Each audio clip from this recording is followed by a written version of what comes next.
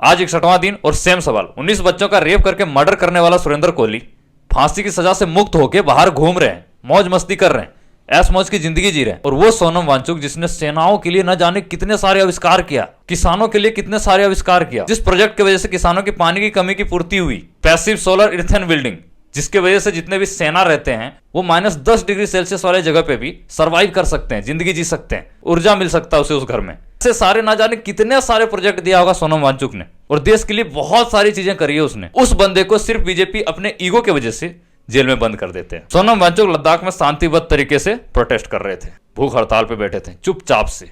उनका मांग था कि लद्दाख को भारत के और राज्यों की तरह देखा जाए, और उसी दौरान किसी ने बीजेपी ऑफिस पे, लद्दाख में बीजेपी ऑफिस पे हमला कर दिया। अब किसने हमला किया ये किसको पता है भाई, क्योंकि जब से सोनम वांगचुक अंदर गया है उसके बाद से लद्दाख के ऊपर कोई चर्चा नहीं कर रहा है। जो लद्दाख मांग रहा था, जो लद्दाख मांग कर रहा था, उसके ऊपर कोई बात ही नहीं हो रहा है। तो बीजेपी वालों को सबसे ज्यादा प्रॉब्लम सोनम वांगचुक से ही था। अब किस बेसिस पे उन्हें अंदर कर रहे हो? इस बेसिस पे कि वो शांति से वहां लेटा था बंदा, और वो ऑर्डर देगा कि जाके बीजेपी ऑफिस उड़ा दो। ऐसा नहीं वो पहली बार प्रोटेस्ट कर रहा है, वो पहले भी उन्होंने प्रोटेस्ट किया था, लेकिन सरकार ने बात को गोल गोल घुमा के उनकी बात को इग्नोर कर दिया। चाइना हमारी जमीनों को लूट रहा है, उसी के लिए तो वो लड़ रहा था कि हमारी जमीन हमें दे दो, चाइना को क्यों दे रहे हो, हमारी जमीन हमारे भारत को वापस चाहिए। तो ये देशद्रोही हो गया। इनको तुम कैसे देशद्रोही बोलते हो? और 61 दिनों से जेल में क्यों भर के रखे हो?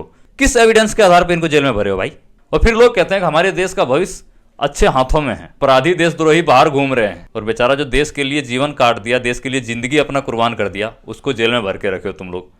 ये है हमारी गवर्नमेंट।